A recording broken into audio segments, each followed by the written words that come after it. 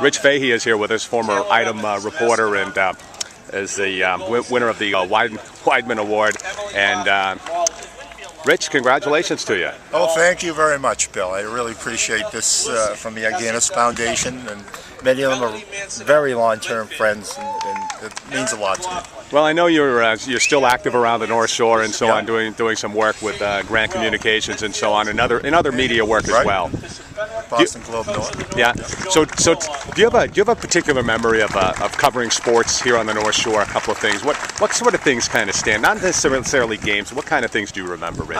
I remember funny things. When I was a beat reporter for the Lynn Sailors, I remember a doubleheader that went on till like a midnight, and the sprinklers all came on about midnight, and they had to suspend the game while they had get someone from Lynn Park's out of bed to turn the sprinklers off at 12. Let me because we're on video, Rich. We're going to span over here and see Frazier Field there, where that event would have happened years ago.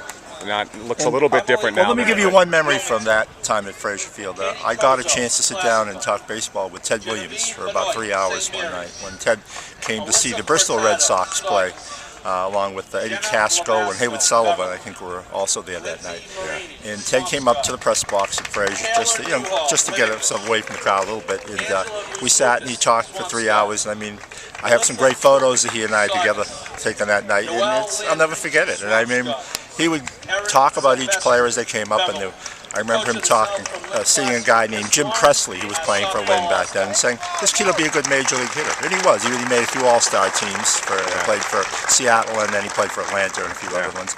And just hearing him expound on philosophies, it was probably one of my greatest sports thrills ever, right over here.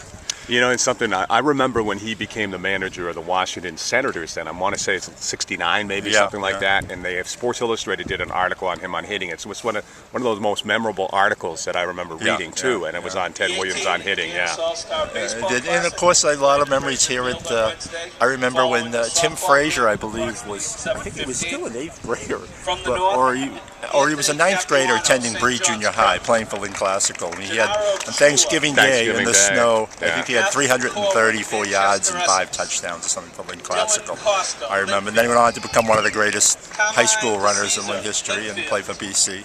This is a lot of different thrills. And of course, the field that we're looking at here, Manning Field, of course, I guess goes the opposite way. It's perpendicular to the way it used to run at the old Manning, Manning Bowl. But it's a very worthy successor. I mean, the student athletes in Lynn are really lucky to have it. I mean, it was different. I mean, Lynn was one of the first communities in North Shore to take the plunge to put in something like this, and I think it's paid for itself many times over. And I think they're going to be looking to replace this turf at some point so that they continues to be one of the top venues. I mean, you can see the way it's used frequently for tournaments, and that's one of the best facilities of this kind in North Shore. And I think the city was smart to do it, and this continues to reap the benefits.